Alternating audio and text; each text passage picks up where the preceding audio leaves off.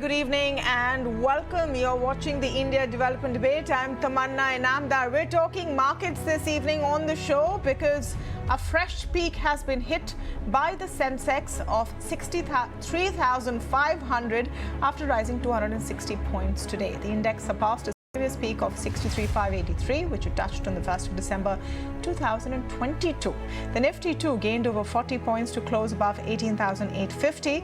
In the intraday session, it touched a peak of 18,875, which was only 12 points less than the record high of 18,887. As many market experts argue that Sensex touching 1 lakh mark is just a matter of time, a question of not if but when. But what is driving this particular rally?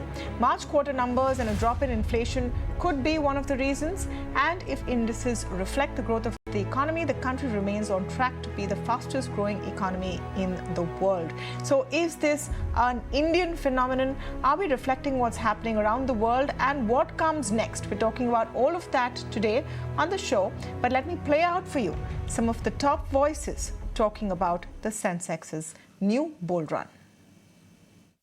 Yeah, that to me is very reasonable. Yeah, because I would be disappointed if the Sensex had not touched 100,000 5 years from now. I'm absolutely certain it will reach 1 lakh. Now, whether it happens in 4 years or 6 years, frankly, is really a meaningless debate.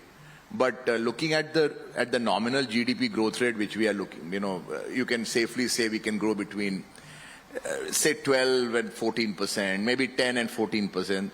You will approximate that number, and if you compound it at that, so in 4 years, roughly from 60,000, you add another, say, it comes to approximately 1 lakh in 4 years. I mean, it's not a reach to see 1 lakh, just at the simple compounding of the nominal GDP rate. I think it's a given, 100%.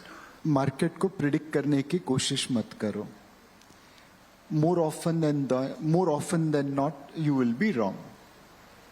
But today, is 1 lakh Sensex being unimaginable? Answer is no. And my request to this audience will be, just don't think about 1 lakh Sensex. Beyond that also there is a much, much longer journey. Generally speaking, if a country is growing at 7%, you can expect companies, reasonably good companies, to be growing at 14%, double the growth rate of the country. So it's very possible that you can get this incredible growth in the size of the market and the actual investments in the market, no question. All right, to speak more on this, I'm joined now by Amisha Vora, Chairperson and MD at Prabhudas Lilladher. Ajay Bagga, market expert, is with me on the show today. And I'm also speaking with Deven Choksey of DR Choksey FinServ. Welcome to all of you, and thank you so much for joining us today as we track the inevitable rise of the Sensex to 1 lakh. It's a matter of time, like all of our experts have said. But I want to talk about the current sort of surge that we're seeing. Amisha Vora, what would you put this down to? I think some of the facts were in building it. For example, in terms of the government balance sheet and the trends in tax collection, they are one of the best. If you see banks' balance sheet, they are the best. In terms of almost last 1 decade, they are the most healthiest. And as a nation and as Indians, our personal balance sheets were never so stretched. Having said that, beginning of the year, people did try globally, hunt into other markets which were looking very cheap, for example, China. But after opening up also, the growth is not just coming back. So both the domestic savings getting into the markets plus global selling, converting into tickling in of FI money together, while fundamentals are extremely strong, is definitely resulting into our markets touching all-time high. Strong fundamentals, and of course, the recent data was good. All of the data that came in the month of May was good. You had good quarterly GDP and full year data exceeding expectations, but that happened a while ago. Ajay Bagga, are we seeing an Indian phenomenon, or is this sort of a change in the mood globally as well? By this point, we were supposed to hit a recession in the United States. That's not happening so far. And are we just seeing a covering up of positions considering this fact? Yeah, I would totally agree on that. It's a global phenomena. A lot of markets around the world are at 52 weeks or at all-time highs, and we have benefited from that as well, Tamanna. What is happening around September, October last year, everybody was talking about a recession in the US and Europe this year, leading to fragility in the markets. That has so far not transpired. So we are seeing some kind of a catch-up rally. Second, it has been a concentrated rally, especially if you look at the US markets, driven by artificial intelligence stocks, driven by semiconductor and technology stocks. So momentum has been back. Most of the institutional money is still underinvested. So this is one of the rallies in the markets which has been the most underappreciated, and also where people have been skeptical about it, and that lends strength to it. The amount of bearish positioning that was there in the beginning of the year and through the first quarter, that gave strength to this rally. Are we out of the woods? I don't think so. On a rates sense, we are probably very near to the end of the rate hiking cycle globally. In India, definitely, we have reached the end of the rate hiking cycle. I'm personally expecting a rate cut by October to November, but that will depend a lot on the global macro. The Fed is still insisting that they will probably raise once or twice more, but that is more to cover themselves. They have been off. Their projections have been off, Tamanna, for the last 3 years. And at 4%, they can't really call victory and say we are pausing. But I don't think there'll be any more rate hikes in the US. If there are, it will cause a little bit of trouble. When the economy has weathered 5% and gone ahead, at 5.5 also, you will not see a fall of the cliff. So the basic is the global economy has managed to weather these rate hikes quite well. The deep cause of this is the amount of money that governments and central banks have injected, which is still sloshing away.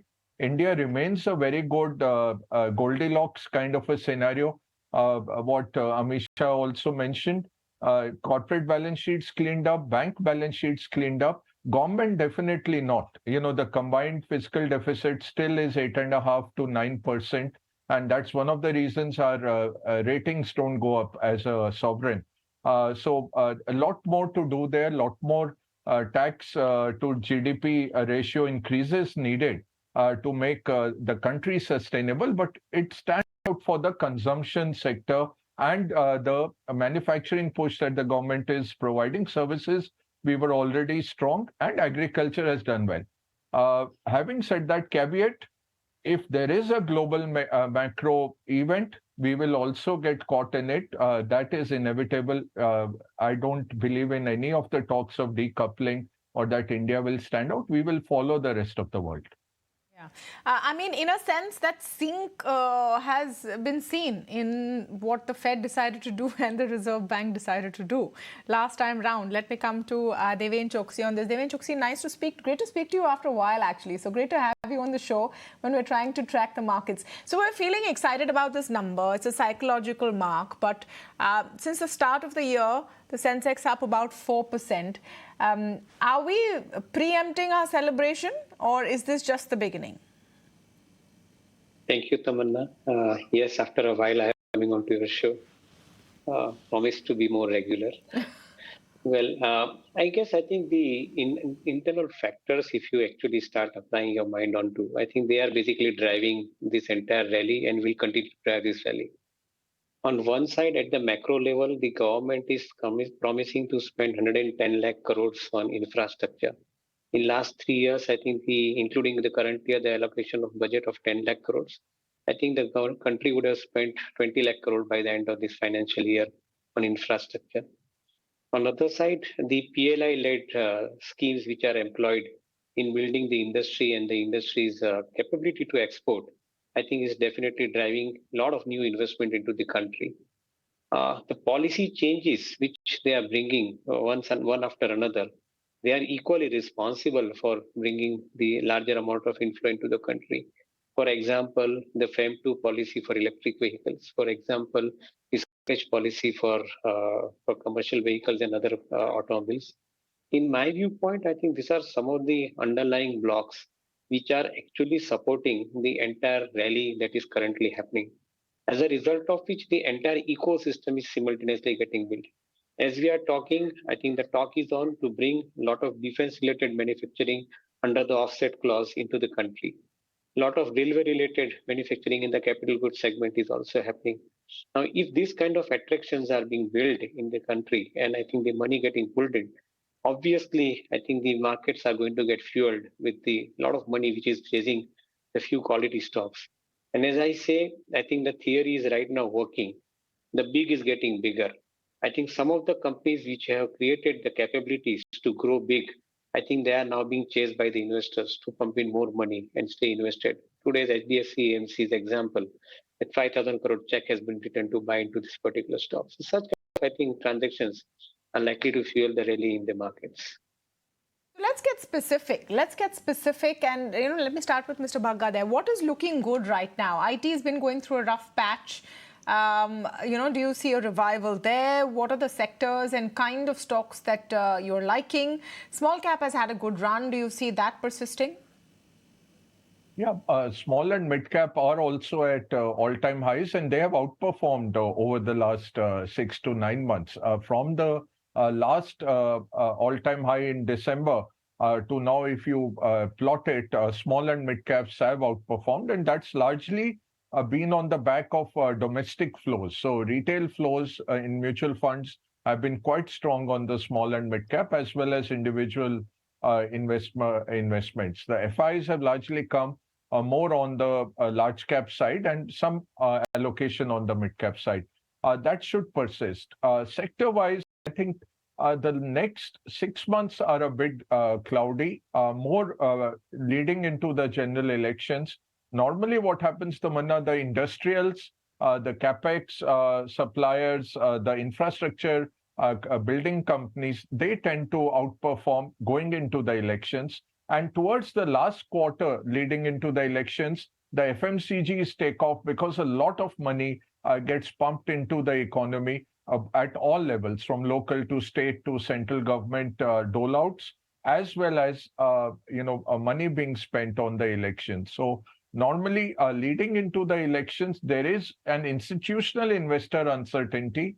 I remember 2009 especially, which was a very muddled election, a confused election, and I was working for a foreign entity, and all our headquarters were more worried that, what happens if there is a government which doesn't have a clear mandate, and if one of the real outlier parties becomes the kingmaker. So I think those kind of projections will start coming in by end of the year and will muddle the institutional investors. But FY 2025, I think we are going to see very good returns, and especially IT. I see a recovery in IT. Global macro goes down and then picks up towards the end of next year. And that will boost IT. So over the next 6 months, one can increase exposure to IT. Banks, NBFCs are looking good. Again, cleanup of balance sheets, growth in credit, provision coverage ratios at highs. And if you look at total in the listed space, about 2 lakh crores of profits in public and private, public making 1,04,000 crores of profits in FY23. And that will go up in the next 3 years by another 50% to more than 3 lakh crores. So banks are churning out a lot of profits, and that will continue. They will be the suppliers into the economic growth. So we have to stay there. And that's why 37% of our markets are financials. That will stay. The financialization theme, the formalization theme, very strong. Infrastructure, as Deven Bhai and Amisha both mentioned, a lot of spend on infrastructure, they will be beneficiary. Private capex is returning, and that will come back very strongly after May 2024. Whichever government, whichever party, if we have a stable entity ruling, you will see more money getting allocated, FDI increasing. So all that will help all these industrial suppliers and all. Maybe it's more like a 2003, 2008 kind of a scenario where profits really went up and the economy expanded very strongly and the market gave good returns. It did not end well because of the global financial crisis. But I think come next year, we are going to see that phase in India.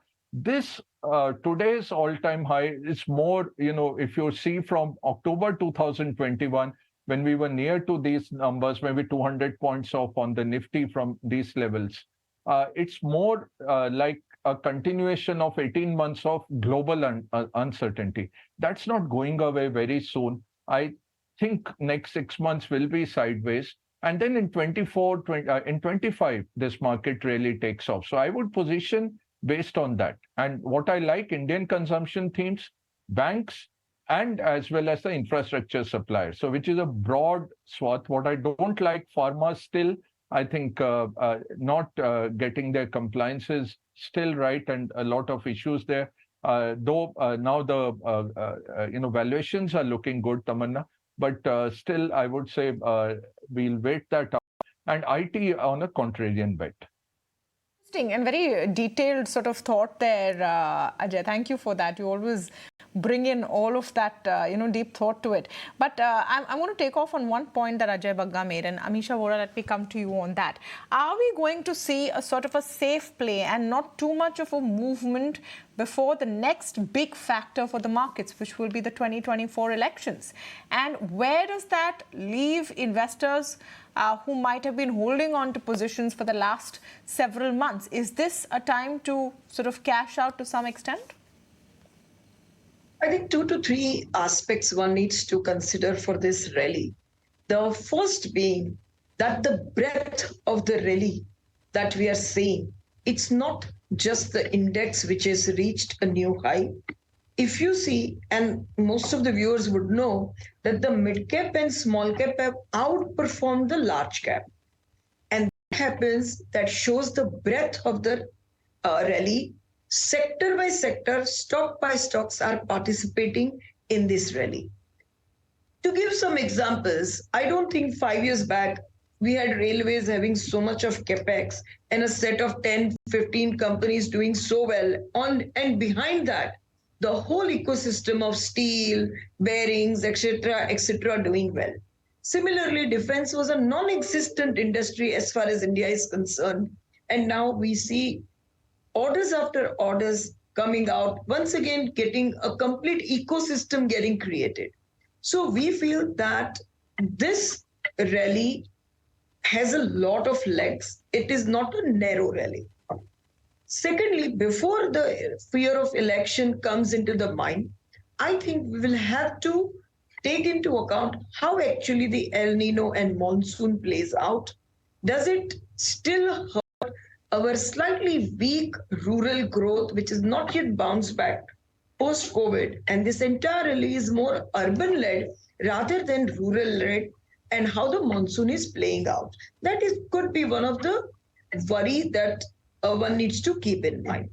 But I would still advise, not because the markets are good, but because I truly believe that a lot of things have gone, like as what we say, PLI, the GST, some of the other strength in the balance sheet, rolling out of the infrastructure projects. So there could be a slight consolidation in the markets in the short term, but people should not be in a hurry. And I think that the more you remain invested in this markets, and particularly India, there will be no other alternate, both for domestic savings and global savings, than India. Because we have weathered this entire global storm so well with the very tight balance sheet. We are standing at 6 to 7% growth. And going forward, I think as a country will continue to be the fastest growing large economy, and I have no doubt. So I continue to strongly advise. Amisha Vora, what's looking good in terms of, sectors, and if you could just add some more detail there, yeah. Right. So what we feel is a lot of sectors are emerging. For example, hotels, the experiencing and business, both sides the spending will continue. QSR, the spending will continue. Rather, some of the auto segments also will continue to see very good growth. We have been recommending defense very aggressively, but I think it has run up quite a lot. I would wait for that to consolidate. But say, for example, building materials. So I think that the attention should spread across sectors rather than remaining very focused on the few Nifty-led sectors. Because more than Nifty, the markets will be widespread. And even if Nifty gives 5% return up or down, the overall activity in the markets and stock performance will continue. Deven bhai, your take on how far this will go. Does this rally have legs, or are we going to see a sort of, wait and watch till the big event next year, 2024 elections? And what are the sectors you like? So I think having heard Amisha and Ajay, I think few things are likely to happen in this coming 1 year time. Importantly, I think the rotation of sectors. If you are in hurry to give the valuation to a particular sector or a group of stocks within that, then trust me, I think they will probably get profit booked, and I think some amount of churning will happen over there. This could include, I think, the likes of defense and railway stocks also, where I think the run-up is little ahead of its time, though the fundamental prospects remain convincing, but valuations are looking stretched. Similarly, I think you are seeing these stretch valuations happening in many of the mid-cap companies where group of HNI investors are pulling the stock price up. I think that's where you are going to see the sector rotation. What I'm observing is, I think currently the matured investors are putting money in the companies which have got the larger base, larger abilities to produce profit on a sustainable basis. There, the systematic flow of money is already getting plowed into. And that is where I believe that I think is going to be a game-changing factor. Those who believe in the long India story, those who believe in the size of company which matters as far as I think the growth is concerned, I would think that I think they would probably seek opportunity at every point of time to buy into some of the large cap companies where the growth is going to be more sustainable than otherwise. Having talked about, I think, the larger theme, I believe that the sectors which impresses the most, one, I like to buy into commercial vehicles. I see a visibility for next 3 to 5 years in commercial vehicles within Autopac. In passenger vehicles, yes, in some pockets like Tata Motors kind of company, they definitely suggest that there is a growth opportunity available for next 2 to 3 years in this particular segment as well. Similarly, I think we look at the private banking as well as the NBFCs, particularly the housing finance NBFCs and the consumer finance NBFCs, where we see the growth rate continuing about 20% for them over this 3-year period, 4-year period from now on. Even the investments into businesses like life insurances, where the new business premium, value of new business premium is basically growing at the rate of 20%, they are likely to be in favor with investors. So we would be very selective in different pockets in picking up the companies. Not necessarily all companies within all sectors will have simultaneous run, but some of the companies where I think they are neglected for a longer period of time, they suddenly find attention if the quality fundamentals demand attention. I think these are some of the areas where probably one can keep an eye on. So exciting times ahead, and definitely a feel-good factor with the kind of numbers we've seen today and new highs for the Sensex. Just a quick word on what are the projections for the Nifty. Ajay, you want to add to that? Tamanna, flat going into next year, but over on a 2 to 3 year basis, I'm very positive. So what I would say, one is to stay invested. For the long-term investors, there is no alpha that you really will create by trying to time. Timing is not something that's consistently, accurately, you can do it. So stay invested. But I'm seeing trouble over sometime in the next 6 to 9 months in the global macro, and institutional investors will, push the brake somewhere going into the election. So that's what I see. But overall, I see about 10.5 to 11% nominal GDP growth, which should allow well-run companies to easily grow at 15 to 20%. Grow their earnings, and there are at least 100 plus companies which you can name, which are very strong return on equity, very well run companies, and growing both the top line, bottom line faster than the nominal GDP, and are market leaders. So the small cap rally, I would totally agree with Deven bhai. When all the every type of animal starts running, Tamanna, something is up in the market. So the way things are being run, and that's why the regulator is bringing in, continuously trying to clamp down on the small cap route, because there is no institutional participation, and you can move those kind of stocks with very little volume. So, and the retail investor comes to know that much later that there was something afoot. I would say stick to quality, stick to visible cash flow, stick with good management. There is a lot of stuff happening, and the India consumption story, India infrastructure build-out story is very strong. It's a multi-decade theme. So we'll have huge opportunities. So in the top 20 companies itself, you have enough opportunities. Don't need to really go down and try to shoot for that 1,000-bagger. May happen, may not happen. Okay, thank you to all of you for joining us today on the show as we wait and watch and really wait for the inevitable Sensex at 1 lakh. Thank you so much once again.